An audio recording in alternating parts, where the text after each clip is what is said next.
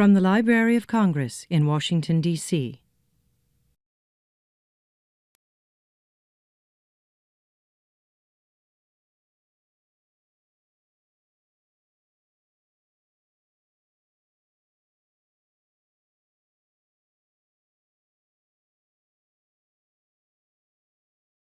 Hi, welcome to this evening's pre-concert talk.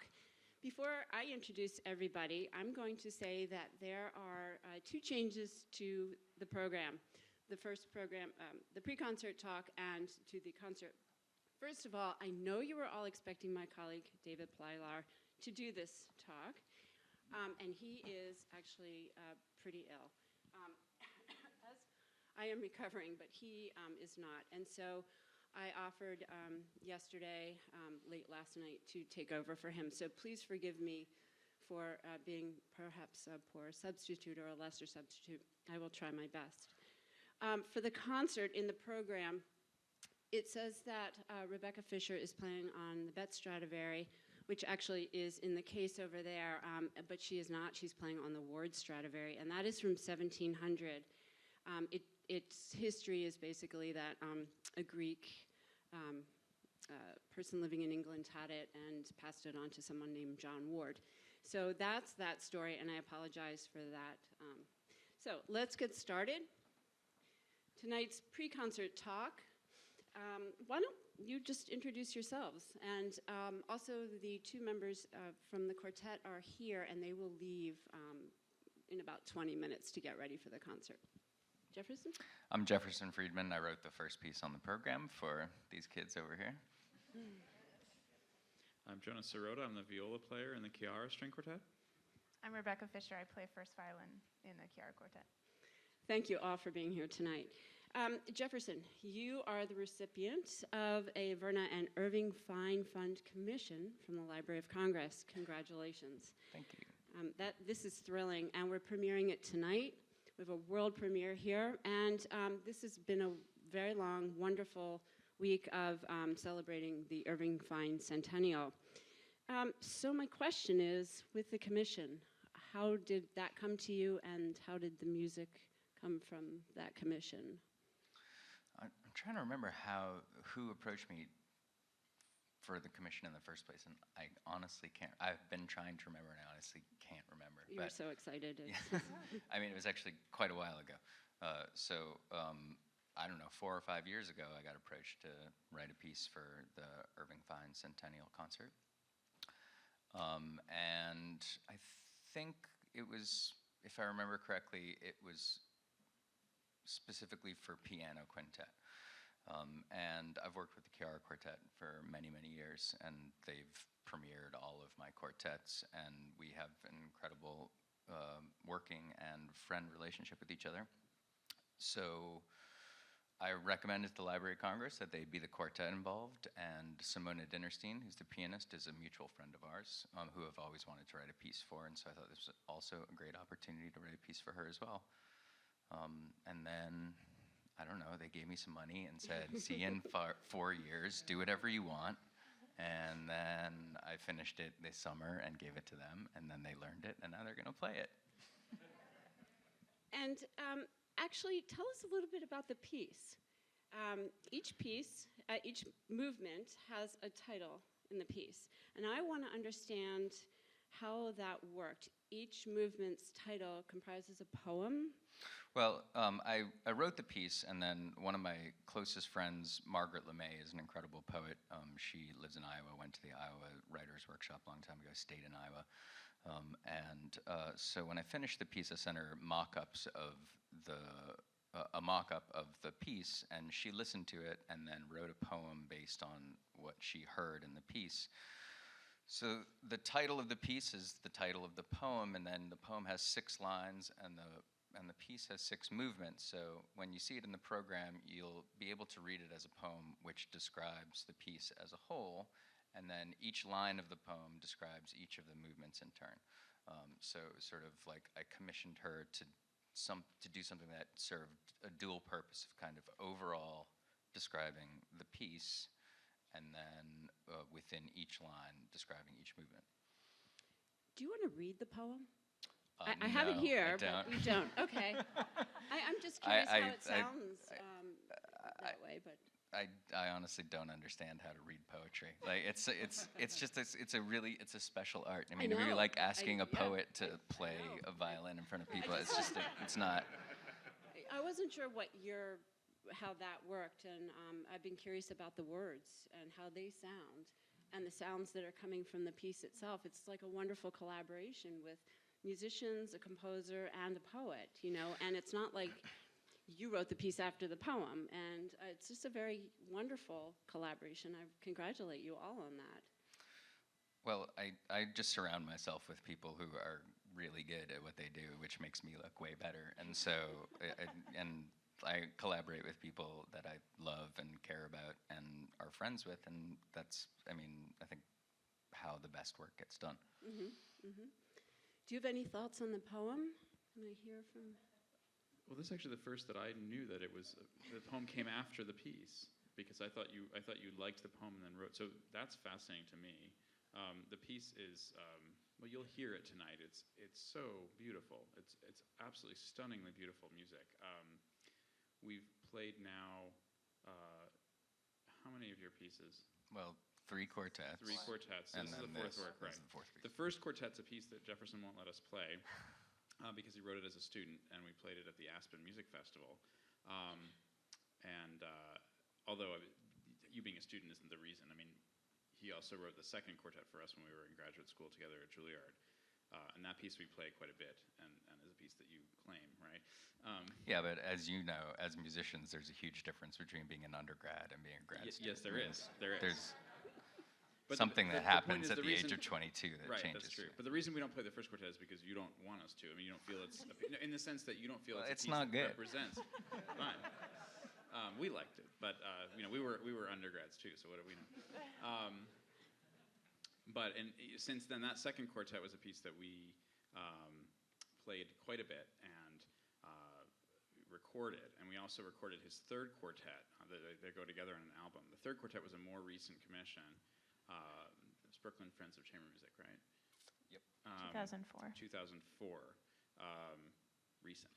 10 years ago. Yeah, so it's nice that we finally got this done. They were out of graduate school by then. Right, out of graduate school, significantly. But what's great about this is that we've been playing with Simona for such a long time, too. She's a wonderful pianist, as I'm sure many of you are familiar. She's a very celebrated concert artist now.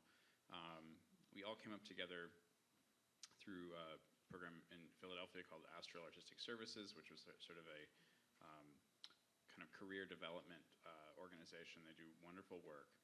And Becca and Simona had known each other for many years since Tango. Almost 20 years, yeah. Yeah. So the chance we really jumped at the chance to do, of course, another piece of Jefferson's, but to have it be a quintet with Simona seemed like a great thing. And what I think is interesting, to get back to this piece we're playing tonight, is that it certainly stems out of the language of Jefferson's music that we are familiar with, but it's like it takes certain elements of it and completely magnifies them, and other elements are not nearly as present. Both of the quartets have these moments of sort of vista-like, like time completely changes, completely almost stands still, and the time scale shifts dramatically, and there are these moments of suspended motion, it feels like. And I feel like this piece really expands that kind of idea in a really wonderful way. There's several movements that do that, and it's been a real pleasure to kind of explore that edge of things. I mean, maybe you want to talk more about it, but it's really, really wonderful work. Stunningly beautiful. Do you want to talk about it a little? I mean, you've had a long relationship with Jefferson and with Simona. Well, we were just, Jefferson and I were just speaking outside. We were trying to figure out how long we have actually known each other, and we met together as undergrads at Columbia University. And I played your oboe quartet. That's right, also right? a bad piece. No, not a bad piece, actually. I was 19 years old. Yeah, Come on. anyway. So we developed a friendship, and so it's been 20 years. And we're just so grateful for the kind of relationship we have with Jefferson. We, as performers, I think maybe this isn't the case for everyone. I think it certainly is. I can speak for our quartet that, you know, the night of a premiere is one of the most exciting things you can imagine, you know, to be part of the birth of new work, and especially to develop kind of together as friends, as artists. It's been a really great experience in that relationship, and so we were so excited to receive Jefferson's piece and kind of see where he's going right now. And we've talked before, Jefferson and the quartet have talked before about how you've written for us as people, as well, not just as a string quartet, an abstract, you know, instrumentation, but really for us as people. And I think that is a very special kind of thing, and something that we don't have with other composer friends. I think it's a really special relationship. We're very grateful for that. Just to follow up on that, it fundamentally changes the writing process when you're writing, for example, this piano quintet, and instead of saying, okay, violin 1 is going to do this, and the viola is then going to do this, and then the piano is going to do that, to say that Becca's going to do this, and Jonah's going to do that, and Simona's going to do that. You know, it's like, it just, their personality infects what you write, because you're then, it becomes like, it anthropomorphizes the music in some way, you know. And just becomes more intimate and special and alive. Yeah. Yeah, I was going to mention we have a very special connection with Jefferson's third string quartet, which he wrote for us, and he wrote the last movement. It sort of coincided with the birth of my daughter, my first daughter, and it was. I mean, you should tell the story because. You can tell the story. You tell the story better than I tell the story. I don't know. But it was funny because my daughter was born, and did I text you or emailed you? I don't know if we were texting so much then. I think it was a text. Yeah, I texted you and said, you know, my daughter's born, and he said, that's so amazing, because I just realized that the last movement of the string quartet is going to be a lullaby. It's going to be an epilogue, a lullaby for, you know, for your daughter. And so it was just a really wonderful sort of confluence of events, and that's a very special movement. And then there's a portion in the second movement of that piece. Greg and Julie, the second violinist and the cellist, are married, and they were getting married at the time that I was writing this piece, and so I wrote them a love duet in the, you know, so that. Which is very hard to play. And you're right, and it's like it was designed so that only someone who was getting married with someone else would be able to play, because you have to be like so synced in with the other person. It's like a form of premarital counseling. Yeah, right. It's just. Are we taking questions from the audience? Sure, let's do that since they have to leave soon. I just wondered, when you compose something and you give it to the musicians, how much does it change afterward, or is it already like written and printed and stuff? One of the most thrilling parts of being a classical composer is the division of labor, you know. So I write a piece and then I hand it off to someone else, and it's out of my hands and they bring it to life, you know. It'd be like a screenwriter and then seeing their play staged by actors who like bring just a completely different dimension to their words. So I think the analogy to a screenwriter is a perfect one. So they say all the words that I wrote. You know, there's no sort of improvisation as far as the words go, you know. But they bring it to life as an actor would. With that said, there are certain parts of my piece, particularly the part that I was just talking about with Greg and Julie, where I give the performers a certain amount of leeway to give their own interpretation, which is a trend that started in the 20th century.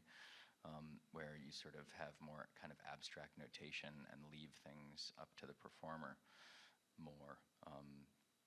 And that's just a great part of the process for me because, and also I've been lucky enough to have great interpreters of my music, you know, so I'm happy to leave interpretation up to them at times, you know. I just want to add to that, because Jefferson, so I was visiting Jefferson late this summer in LA, and when I visited him, he handed me the score and parts for the first time, which was a very wonderful, you know, big envelope to bring back. I was very excited about it. But one thing that I've always noticed about your music, I don't know if we've ever talked about it, is how careful you are with the score, with the notation, and with the visual look of it. And I don't think it's just I mean, I think you care about the aesthetics of it, you want it to look nice, but I think it's much more that you want it to be clear and precise. And that's really wonderful, because so if he's writing something that says, for instance, well, when you listen for the last movement of this piece tonight, you'll hear sounds that kind of come in and come out very gradually, and they overlap in certain kinds of ways. And it's a very slow-moving movement, and there's no meter exactly. There's no kind of pulse going that we have to stick to, but rather there is relative entrances and exits, and we have to be very accurate of that relative to one another, and we have to hear a note change and respond to it. So the beauty, I think, of how carefully you line that up on the page, it gives us quite a bit of freedom, but it's also very clear that, this event happens here, and that's when this other event is triggered, and I really respect that, because there's plenty of composers, there's nothing wrong with it, but a lot of composers, see the symbolism of the notation as enough, and they're happy to have it, they don't worry about whether it sort of looks the way it's going to sound. But you care very much about that, and I appreciate that very much, because when you leave us those kinds of freedoms, then we can actually kind of follow the path, if you know what I mean. Well, let me interrupt. They do have to leave soon, but following on that, Becca, perhaps you want to speak to this. You are now known for memorization. Right. So speaking of this beautiful, careful score, right, will you try to do this, and perhaps the audience isn't aware of this, you will see this tonight and hear this tonight, but will you try this by memory? That's a very good question. Yeah, for the past few years, we've been taking it upon ourselves to go even more deeply into the score than we had previously, and memorizing most of the works that we're performing. We're not playing the Fine Quartet by heart tonight, but we will be... Or the Friedman. Or the Friedman. But we will be playing the Mozart by heart, which has really changed our whole working process and our whole experience of performing together on stage, actually. But it's a very good question, because usually when we have, since we've only been doing this for a few years, we've been taking a lot of works that we've known for a while and then sort of going on a next step with them, which is to memorize them. Say the Death and the Maiden Quartet, which we've played since we first started playing together, for example, we've been playing that for 14 years, 15 years. And so that's a piece that, takes it to the next level would be that. I think that your second quartet and maybe your third quartet would be a logical next step for those pieces. However, we have also, since we've memorized all the Bartók quartets and have been performing them without the score in front of us, some of those works were newer to us, and we still took on that project. So I think, it's a good question whether, especially for collaborations, if we're going to be asking our lovely esteemed friend, pianist Simona, to do that. But that might be a logical next step. I think, it's certainly not for a premiere, because we really want to make sure, first of all, that we play the piece as accurately as possible the first time. And when we memorize, we have to, almost exclusively have to have had some performances under our belt with score. But it is interesting with collaboration. Of course, Simona plays piano concerti all over the world with orchestras, and she plays from memory almost exclusively. But asking a chamber musician to memorize is very different. And for us, the process has become about, the memorizing our own part happens fairly early on in the process. It's really understanding everyone else's part and being able to keep that in your head. And so to ask a collaborator to do that is to ask them to change a process. We love the process, and it's become something that we're very fond of. We certainly don't try to impose it on others or assume that it's the right thing for others. But perhaps someday we will. So then how do you go about picking, you have Brahms by heart? Right. Or all the Bartók, my goodness. Right, well... Yeah, for those of you who don't know, it's totally insane to play those Bartók quartets from memory. It's ridiculous. Yeah. And that won't be tonight, but perhaps another time. But it's very thrilling for us. Our quartet is made up of very strong, very analytical minds. Type A. Type A people. And it's actually quite freeing for us to feel like we've done all this incredibly intense work of internalizing the score. This goes to piano there, this goes to, everything, and just, it's here. and then to be able to release it, you know, and that's for us, it's a very healthy and a very exciting process. I'm not sure that it would be the same for everyone, and actually some of the people we've talked to have been absolutely horrified by the idea, and that's fine. But it seems to work for us. It's something that we've come to.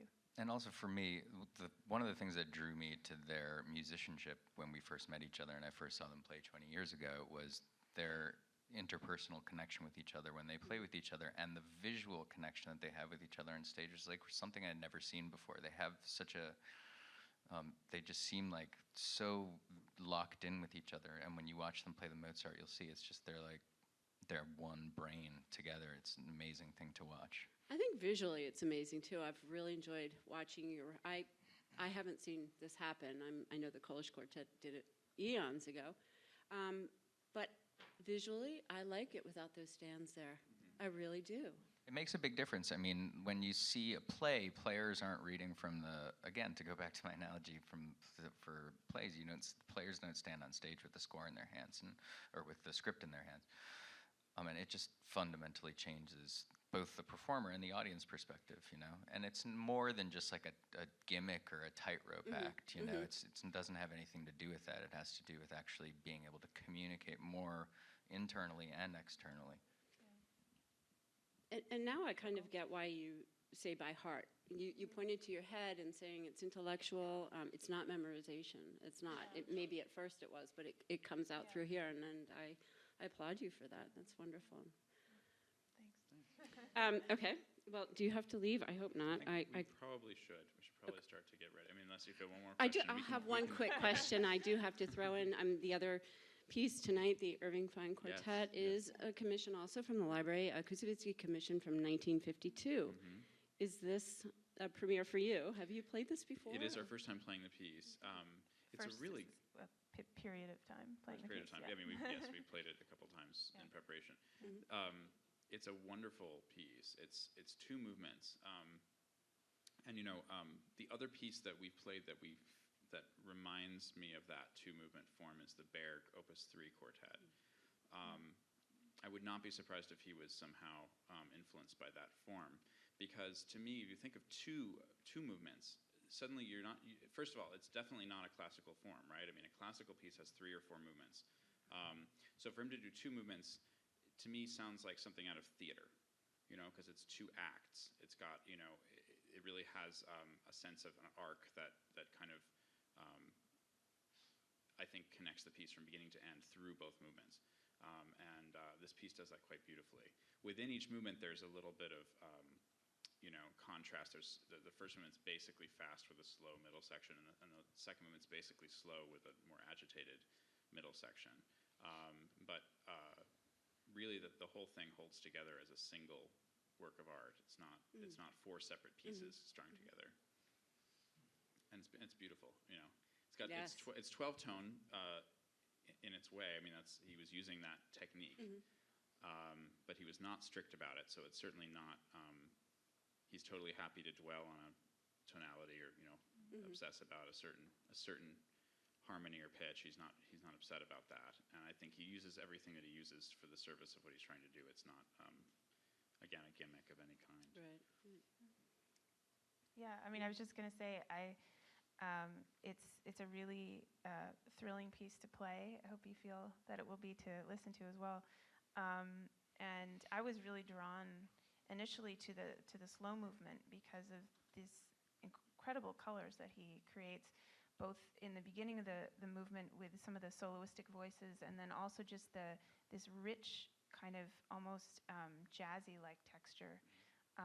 The cello acts really as a bass, a sort of percussive kind of goes throughout the second movement. And it's a stunning movement, and it's incredible to play this in this beautiful hall, of course, and then with these instruments, we're so fortunate to be able to work with them as well. So. Well, thank you for that, and thank you for being here all week to have us hear them tonight.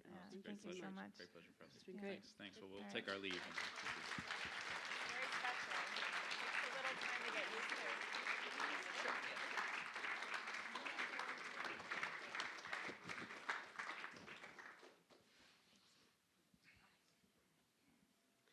Okay, well, let's see what I know. Can we go back to student history? Sure. Okay, can we go back to undergraduate, graduate, composers? How did you learn Corigliano? That whole, who influenced you? How did that work? That's a long time ago. It's but not. You're so young. No, I'm not. I look young, but I'm not young. Yeah, I went to Columbia, and then I went to Juilliard. And at Columbia, I guess my main inspiration and mentor was David Rakowski, who has a fine connection because he teaches at Brandeis now. And then when I went to Juilliard for grad school, I studied with John Corigliano, and they were both like huge influences on me as a composer, mentally and stylistically, let's say, or in turn, you know.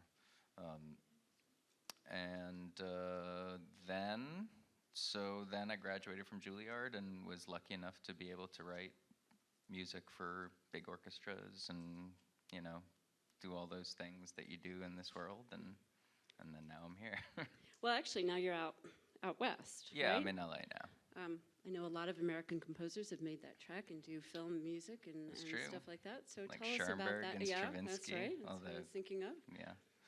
I don't know how to put this delicately, but there isn't really a whole lot of money in classical music, and when you're pushing 40, you start to think about having a better quality of life, and there aren't very many ways to commodify writing music in the 21st century, and one of those is in film and television, and so I have connections out there. I decided to move out there 2 years ago. I was kind of honestly unhappy with my life in New York and the solitary existence of a classical composer and having to plumb the depths of my soul to say something to, unfortunately, a relatively small audience.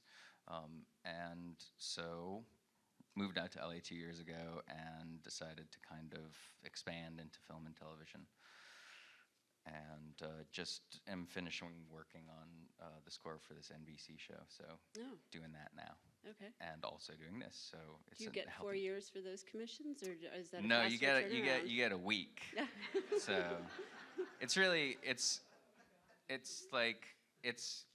it's a perfect balance actually for me now, because like I said, when you get commissioned for a classical piece, they give you a pile of money, and then they say, bye, do whatever you want, and then when you finish it, we'll give you the other half of the pile of money.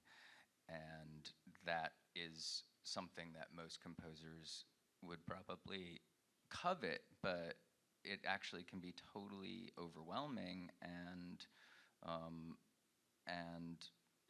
frightening in a sense sometimes, you know.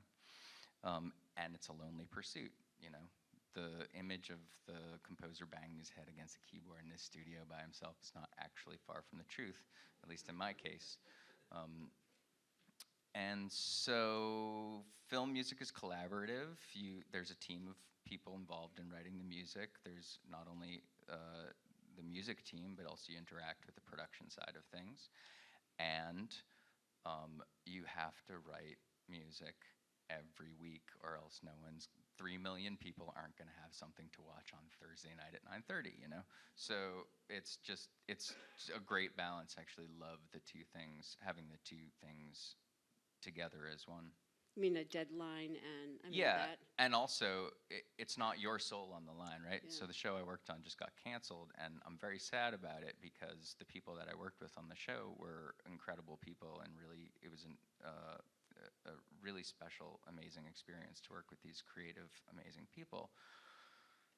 But I was actually more sad for them losing their job than for me losing my job, because I was just kind of a part of a larger thing. Like, my job was to make their vision better and to make their vision more clear. And I actually kind of fell in love with that, not having it be like all on my shoulders all the time. And you get instant feedback, right? So you write something for them, and then they say, well, no, I don't like that, so go back and do it over again. And then you do it over again, and it's usually better, and they're usually right. And like, you just have to get it out the door, and it's just this mill that never stops turning. And so, I mean, this piece, like I say, I got commissioned 4 years ago for this piece, and it's about 20 minutes long. And obviously, it wasn't the only thing that I did over the past 4 years, but I've written with my co-composer this fall, like an hour and 45 minutes of music over the past 2.5 months, which is ridiculous, is a ridiculous amount of music to write. But you just have to get it done. And after a certain point, you can sort of reuse things and rework things. But up front, it's just kind of thrilling to write that much music, write 15 minutes of music in a week, which is ridiculous, but amazing and thrilling and great. Well, you had said earlier with the Chiara that they felt you write for individuals, and your connection that way. So when you're out in California and Hollywood, that's detached, or that's separate, or are you doing it electronically? I mean, is it a totally different experience composing? Everything's fake, unfortunately, because you just don't have time or budget to do it. Like it would take a whole extra. I mean, I'm surprised we're talking so much about film music right now, but it's cool. I'm happy to. You have 7 days to do a show, and if you had live musicians, one of those days would be gone because you would have to finish it a day early and then give it to the musicians, and they would have to record it, and then you would have to edit what they recorded, and then you'd have to mix it and whatever. So we use fake stuff because we get that extra day, and it's sad because it would be so much better to use real people, and I can't tell you how frustrating it has been for me over the past 2 years to spend a lot of time trying to make this fake stuff sound real. And I think it was like the first year I was in LA, I was commissioned by Town Hall in Seattle to write another quintet, a cello quintet. It was premiered in the beginning of the summer about a year ago, a year and a half ago or so. And I walked into Town Hall, and the Jack Quartet and Josh Roman, who had commissioned me, were just warming up.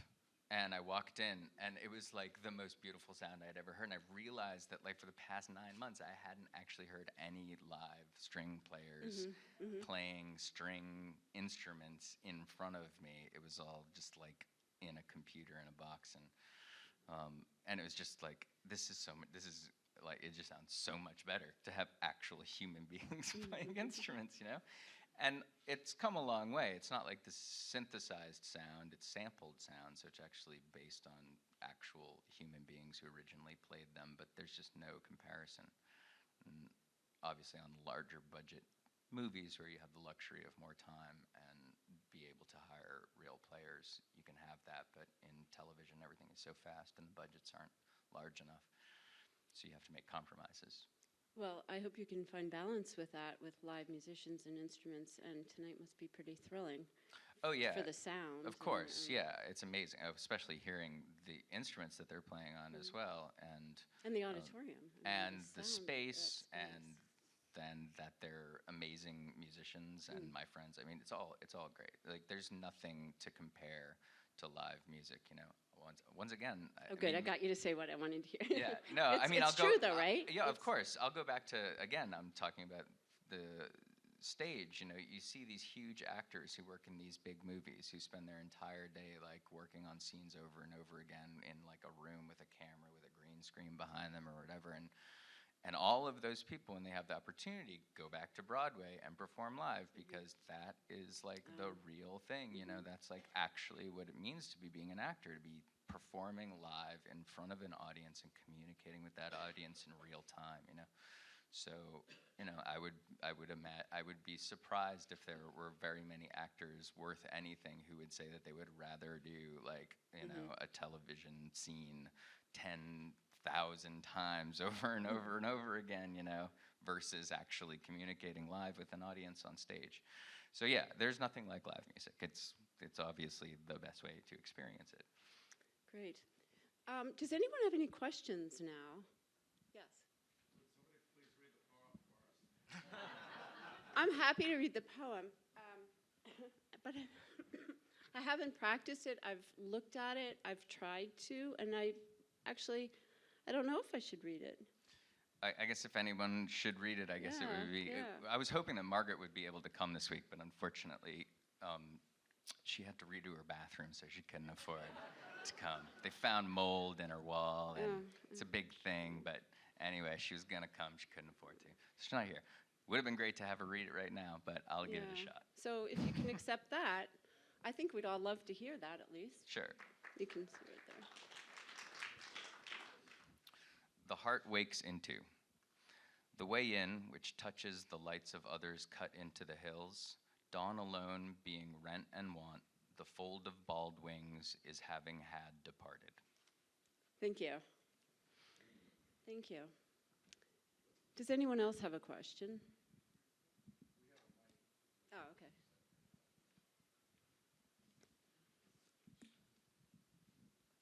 With all the creative people that are in Hollywood, do you ever get Korngold type inspiration that, you know, you're working on a TV show and you get an idea that finds its way into your serious music?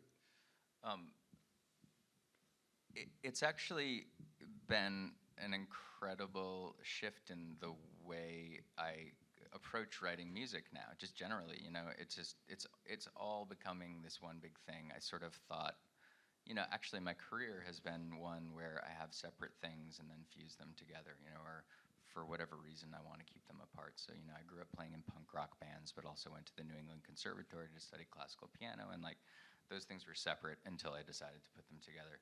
And then when I moved out to LA, I was like, well, this isn't like that. These two things are like completely different from one another. But then I realized that they just sort of inevitably kind of sink into each other, you know.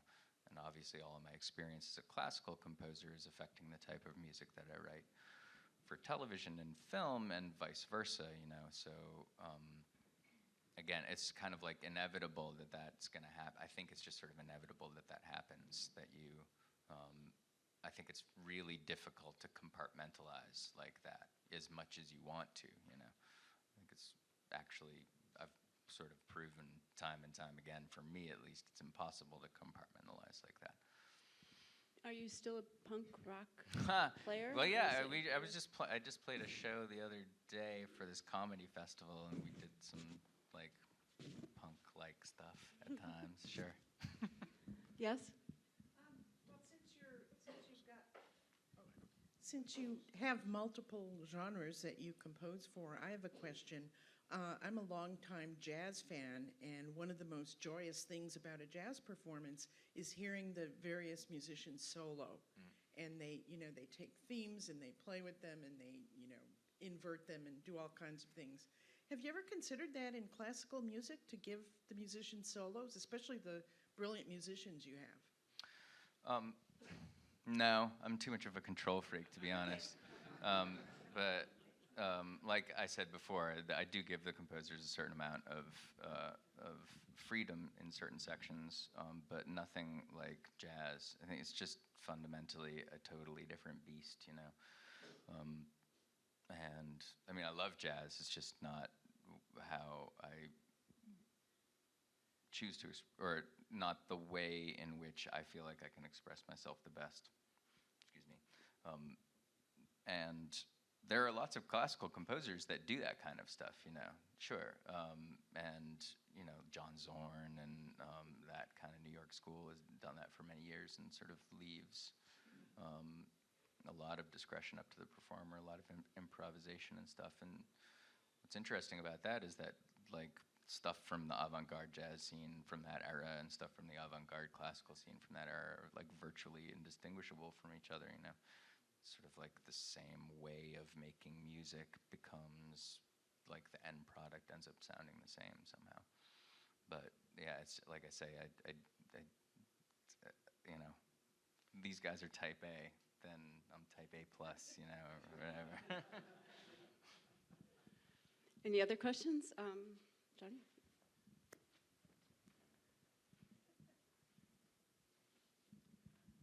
Since this is part of the Fine Centennial, do you perceive any relationship between your music and his? Do you, can you compare and contrast? Well,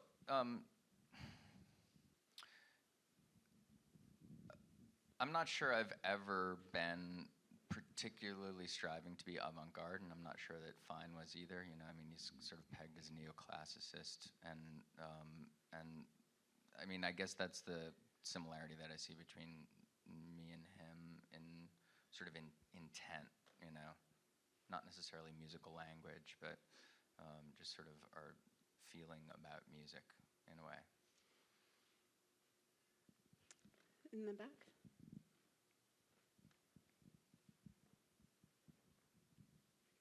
Thank you. This is more a comment than a question. I find it fascinating about your morphing between two worlds because it's almost a 21st century version of what Irving Fine and his colleagues really dealt with themselves. That Boston school included Leonard Bernstein, who, as you know, in order to survive, and also because of his own passions, crossed all sorts of genres, as did Aaron Copland writing movie music. Irving Fine, my father, also, towards the end of his career, was working on, I think, what was it, Joanna? She knows it. Yeah. Yeah. And so I think it's just interesting that maybe we all should be more comfortable if we want music to survive, because I also saw what you described as this lonely banging the head against the key phenomenon as a young child. It's a hard life. And I think you should be congratulated for being able to really try to have it all, and in that way allow music to survive. Well, thanks. I think it's hard to things are getting better, but it's hard to realize that the second half of the 20th century was a real anomaly in the history of music, where there was this divergence between classical music and popular music, and and again, sort of compartmentalizing like one thing over here and the other thing over there. And Beethoven wrote incidental music for plays, right, which is the equivalent of writing a film score.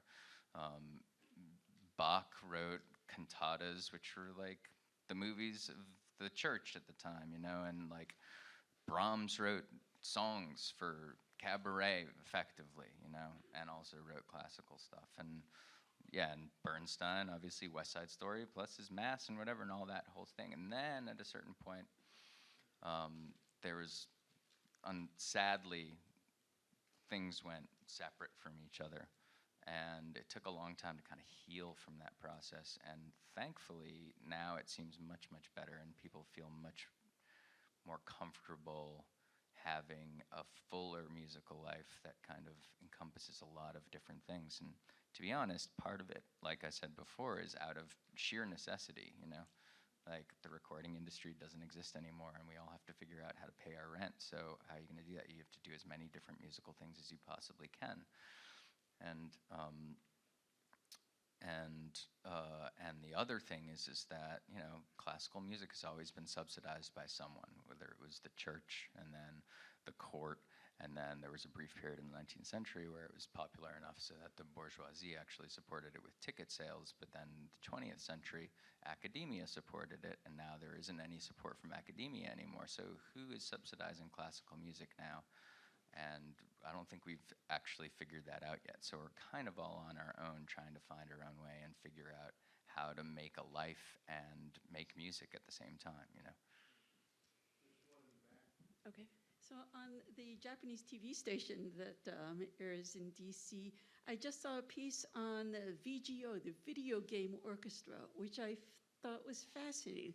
Can you say something about sort of obviously the extrapolation of film and theater to the video, given that it's all... Yeah, I would love to write music for video games. I love playing video games personally, and also I would love to write music for video games. One, because that's where all the money is now, and I mean, you actually you get budgets. I'm not saying that like, I mean, it is like the biggest industry now, bigger than film and television combined. Like, it makes tons and tons of money, but more importantly, I don't mean to say that in a greedy way. What I mean to actually say is that these projects are large enough so that you get a large enough budget so you can actually hire an orchestra, and it's really the only way, the only genre now where you can hire a huge orchestra and have live musicians and multiple sessions and really get a good product out of live players.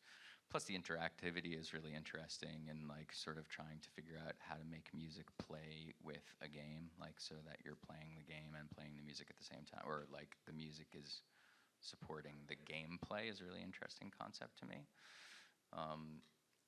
And yeah, I mean, people go nuts for that stuff. The video game orchestras, they love it. Like the Final Fantasy score and all that stuff is hugely popular. And there's actually a lot of good music being written for video games now. You know, it's a pretty interesting, creative world right now. It's like the Wild West. How does it intersect with, you know, sort of the classical composer world? And who are the composers of this? What sort of intersection is there? There isn't a whole lot of, but like I said, it's getting better. But there, honestly, right now, there isn't a huge intersection between, let's say, video game composers and classical composers. And even like there's a differentiation between a video game composer and a film composer.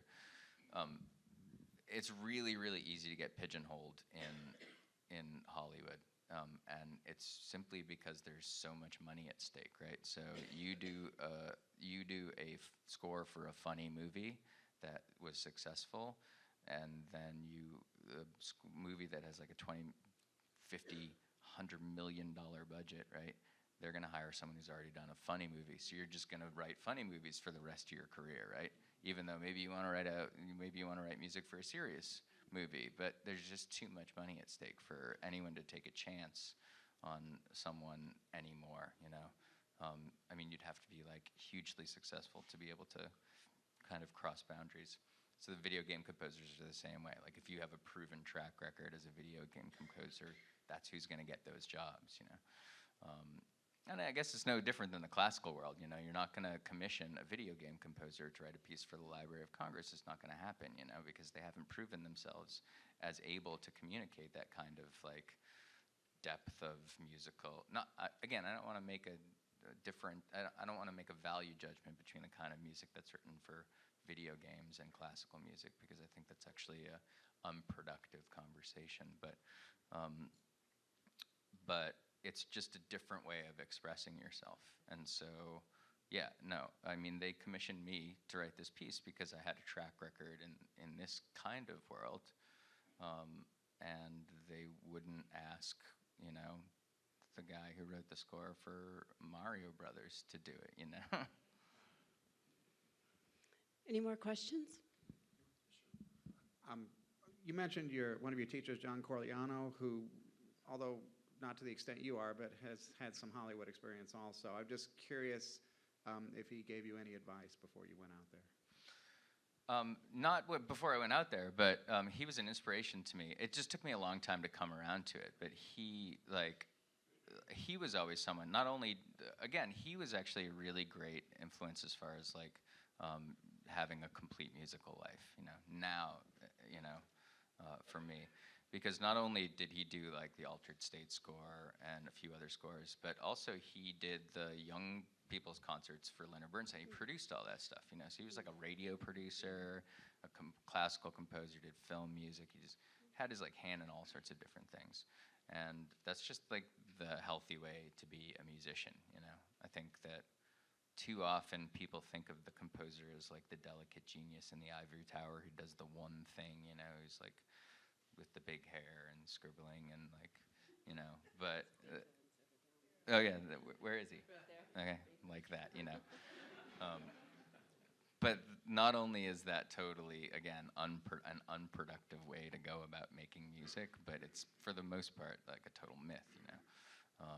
And we're kind of like musicians. We should view ourselves as like any other musician, like a working musician, versus like this delicate composer who's like special and different and set off from everything else, you know. One last question I think we have time for. Yes.